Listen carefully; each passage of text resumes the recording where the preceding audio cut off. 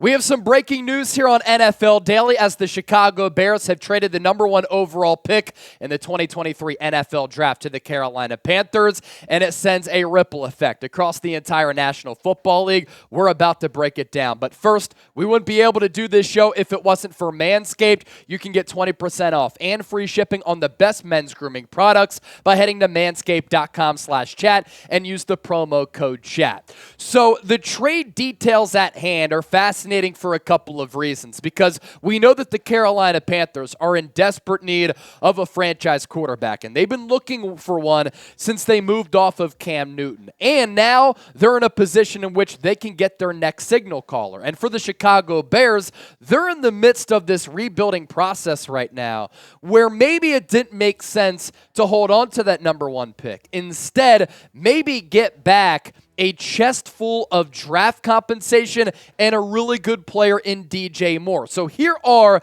the official trade details here to my right. The Bears getting a nice package for the number 1 overall pick getting sent to Carolina. It includes a 2023 first-round pick, which was Carolina's, second-round pick, which is 9th and 61 for those 2 draft choices, a 2024 first-round pick as well, and then a second-round pick in 2025, but also Justin Fields getting a new weapon at that wide receiver position, which he desperately needs. It's DJ Moore, and then exchange, it's Frank Reich. That new regime with owner David Tepper getting very aggressive here, getting the number 1 overall pick in late April's NFL Draft. Make sure you subscribe to us here on NFL Daily by Chat Sports, because when breaking news happens, we're fast to break it all down. Our NFL Draft content, the best on YouTube. Our free agency coverage, fantastic as well. We'll be going live on Monday for the start of NFL free agency, so subscribe and turn on your notifications. Therefore, when we push out shows like this or when we go live,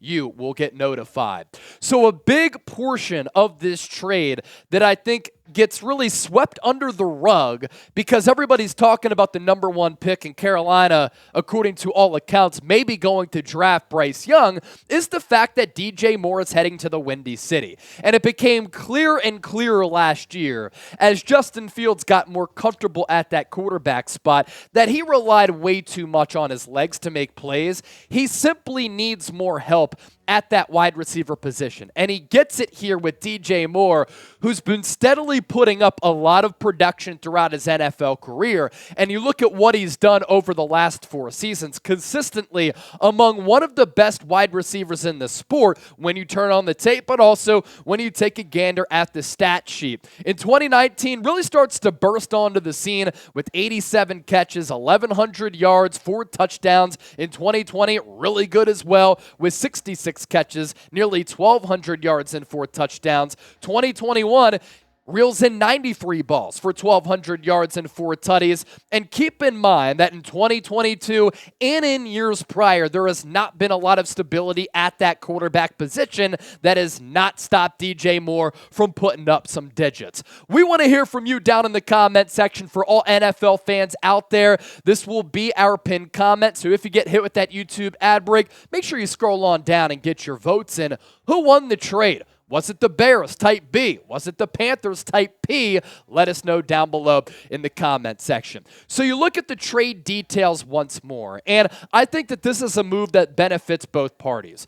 The Panthers kind of missed out on Derek Carr if they were in those sweepstakes, right? And would it have made sense to really start this new regime with a middle tier option like Jimmy Garoppolo? Probably not. You bring in Frank Reich for a reason, who I thought did a great job with Carson Wentz back in 2017 with the Eagles, as Wentz was on his way to winning NFL MVP before he injured his knee. I thought that he really maximized Phillip Rivers a couple of years ago in 2020. He looked to be washed, but still Indianapolis winning 11 games that year. Carson Wentz didn't play poorly when they reunited in Indianapolis. And then last year, Owner Jim Irsay, you never know what's going on in his head, right? I thought it was a bad move to move off of Frank Reich, go to Jeff Saturday, and fire Reich. But now he gets a fresh start. He goes to Carolina, and there's a large body of work with him in working and developing quarterbacks. And now he's going to have his choosing among the quarterbacks that he wants.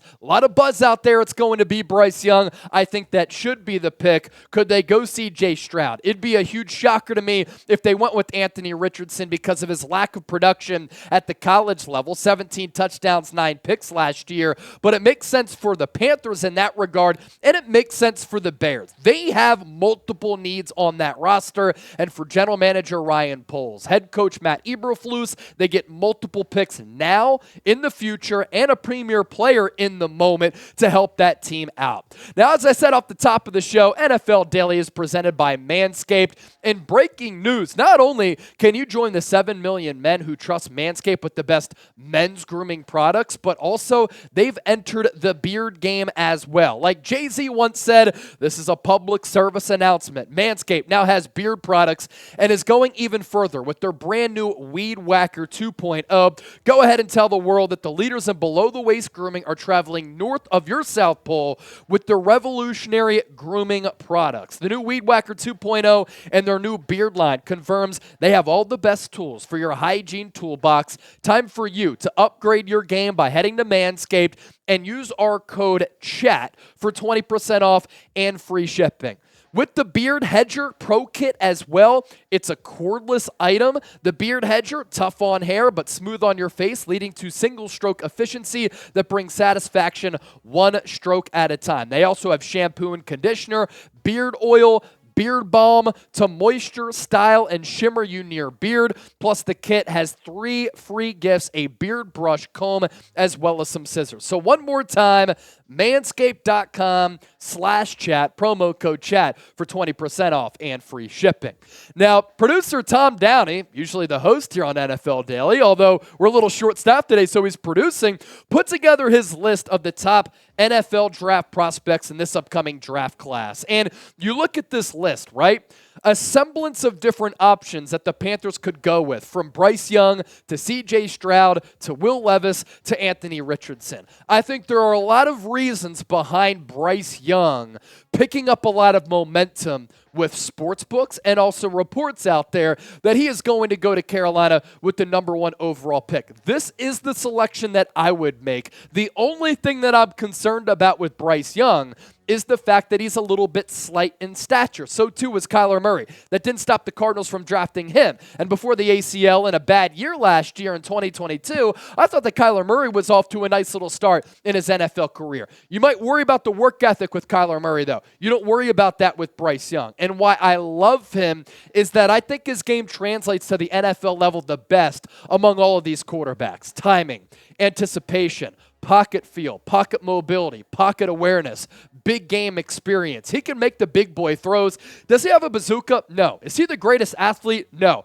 I just think that it comes down to this. He's the best pure quarterback in this class. And then at number 2, it's C.J. Stroud. The college level of production has been great for C.J. Stroud. He does have the size to play the quarterback position. Stronger arm than Bryce Young. Bigger in stature than Bryce Young. What he did against Georgia in the college football playoff semifinal really convinced to me that he's not going to be like a lot of the other former Ohio State quarterbacks whose game did not translate from the college level to the NFL level. Ryan Day in the offense that he runs at Ohio State, you can see the fingerprints of that across the NFL that helps C.J. Stroud. And then what he did against an NFL caliber defense with NFL dogs against Georgia really impressed me.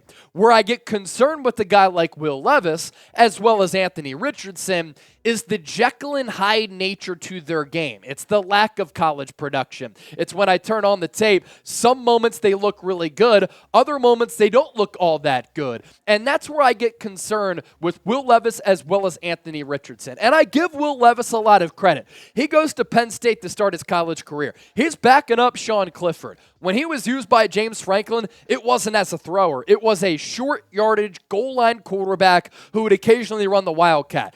He goes and teams up with Mark Stoops at Kentucky, and I thought that he played really well 2 years ago, and then this past year, there was a little bit of dip in production. Why did that happen? Is it because he's not good? No, I don't think so. Is it because that maybe Will Levis didn't have a good offensive line and some of his skill position players went on to the NFL level? I think that is a little bit of a concern. And then with Anthony Richardson, at the NFL Scouting Combine, my man went off. Set a record for a 40-yard dash. Set a record for a vertical jump, broad jump. He was unleashing some deep balls that were filthy. Jamarcus Russell type of long balls that he was showing with that arm strength. But why didn't he play well at Florida? Why did he have so many inconsistent moments? 17 touchdowns, only 9 picks last year. That's a concern for me. I don't want to get blown away by the fact that against air, in shorts and a tank top, that Anthony Richardson looks good. Everybody's going nuts about his vertical jump. Since when has a vertical jump mattered for an NFL quarterback? What I want to see from Richardson, and why I don't think he's going to go number 1 overall to Carolina in this instance, is because I want to see him consistently and accurately make the layup throws. And oftentimes at Florida, he missed those. So with that, let's ask you this. Which player will go number 1 overall in the 2023 NFL Draft? Let us know. Here's the updated NFL draft order. It's the Panthers vaulting up the draft board at number 1, and then everything else really remains the same, with the Chicago Bears, of course, taking over and occupying that 9th spot. So the NFL draft order in the top 10, Panthers, Texans, Cardinals, Colts, Seahawks, Lions, Raiders, Falcons, Bears, as well as the Philadelphia Eagles. We appreciate all of you for watching. Don't forget to subscribe and tune into our NFL free agency coverage, which starts on Monday morning.